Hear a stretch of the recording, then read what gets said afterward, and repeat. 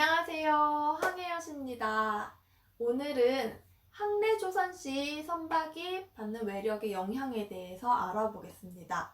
바람에 의한 영향, 조류에 의한 영향, 그로 인한 리웨이, 그리고 천수를 항해할 때, 수로폭이 제한된 곳을 항해할 때 선박이 어떻게 움직이는지 확인해 봅시다.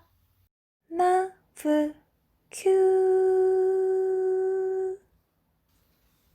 선박이 항해를 하며 바람을 받을 때 정선수 또는 정선미에서 부는 바람은 선박의 속력에는 영향을 미치겠지만 선체를 회두시키지는 않습니다. 그러나 그 외의 측면에서 바람이 불 때에는 바람의 작용점과 전심의 위치가 다르기 때문에 선체를 회두시키는 힘이 발생합니다. 선박이 고속 전진 중에는 전심이 매우 앞쪽에 위치하기 때문에 바람이 불게 되면 바람이 부는 방향으로 선박이 향하게 됩니다. 반대쪽에서 불어도 마찬가지로 바람이 부는 방향으로 선수가 이렇게 회두를 하게 되죠. 이것을 바로 향풍성이라고 합니다. 뒷바람일 때도 마찬가지예요. 그런데 저속 항해 또는 후진하게 되면은 항래 같은 데서 아주 저속으로 항해할 때는 전심이 뒤쪽으로 좀 이동을 하게 됩니다.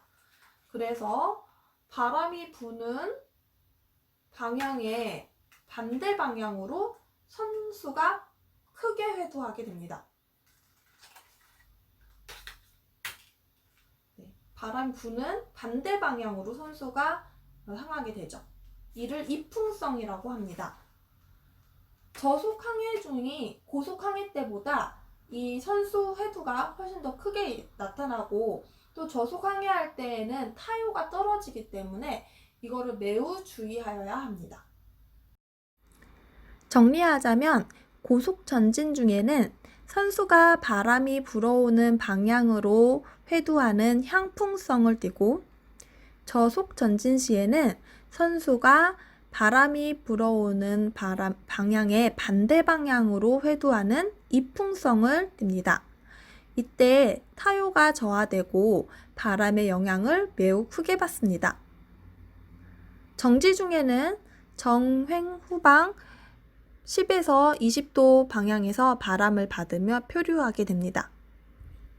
후진할 때에는 선미가 풍상 측으로 향합니다. 공선 시 선속이 낮은 경우 바람의 영향을 많이 받고 앞바람이 뒷바람보다 타요가 좋습니다. 조류는 회두보다는 선체를 압류시키는 영향이 더 큽니다. 1라트의 조류는 선체를 그대로 1라트로 옮겨놓기 때문입니다.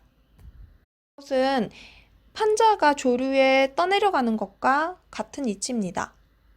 선수 방향의 조류는 타요가 좋아지나 선미 방향의 조류는 타요가 떨어지기 때문에 특히 저속 항행 중에 타요가 약할 때에는 더 주의하여 큰 대응 타각이 필요합니다.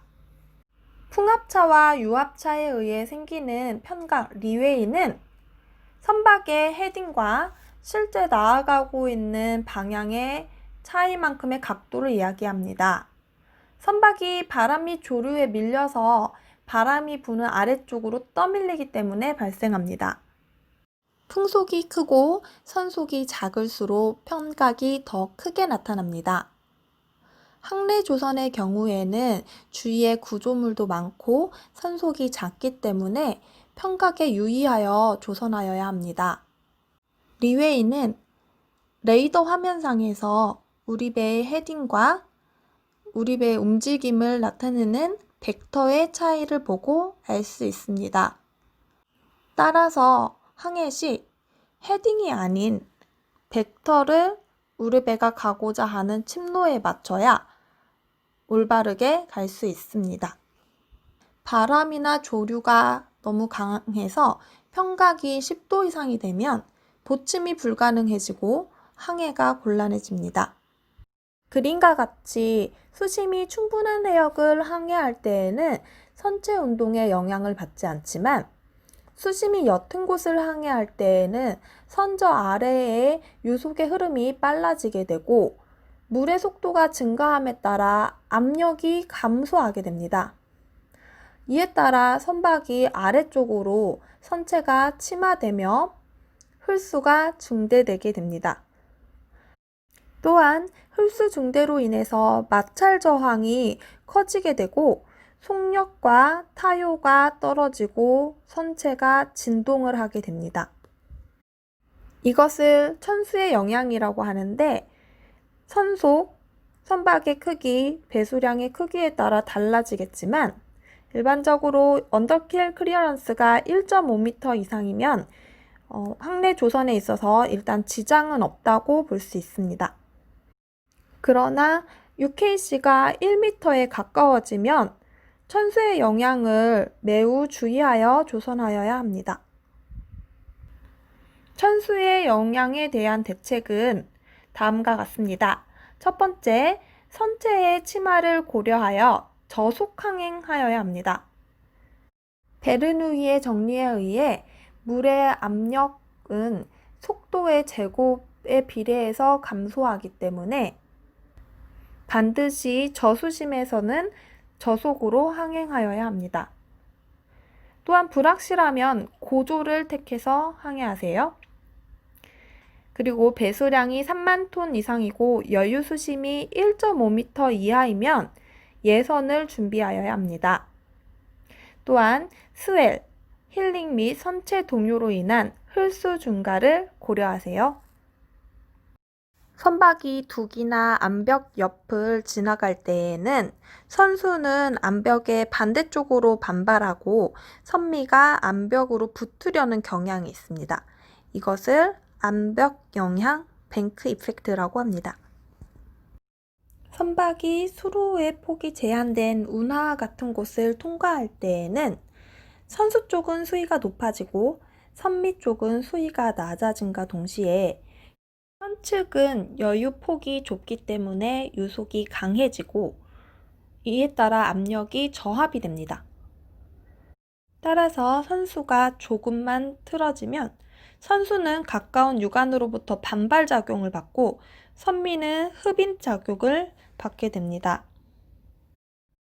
그 결과 선체는 운하를 가로지는 상태로 틀어지기 쉽기 때문에 좁은 운하에서 항해할 때에는 어느 한쪽으로 치우치지 않도록 조선해야 합니다. 부두 근처를 선박이 통항할 때 통항선은 저속으로 항행하면 수로둑의 영향은 거의 없으나 저반선은 상호 간섭작용과 선수파의 영향으로 통항선이 접근할 때는 통항선 쪽으로 끌리고 통과 후에는 다시 반대쪽으로 밀리게 됩니다. 이런 여파로 선체가 움직이다가 개선줄이 끊어지게 된다든지 갱에이가 손상될 수 있습니다. 이러한 사고를 방지하기 위해서 저반선은 개선줄에 걸리는 장력을 분산할 수 있도록 개선줄의 수를 증가시켜 장력이 골고루 걸리게 합니다. 또 필요하면 통항선 쪽에 닷을 투하해서 배의 움직임을 억제하도록 합니다. 통항선은 저속으로 통과해야 하고 가능하면 저반선으로부터 멀리 떨어져 항행하여야 합니다. 통항 중에 저반선에게 입힌 사고는 통항선의 책임이 크므로 주의하여야 합니다.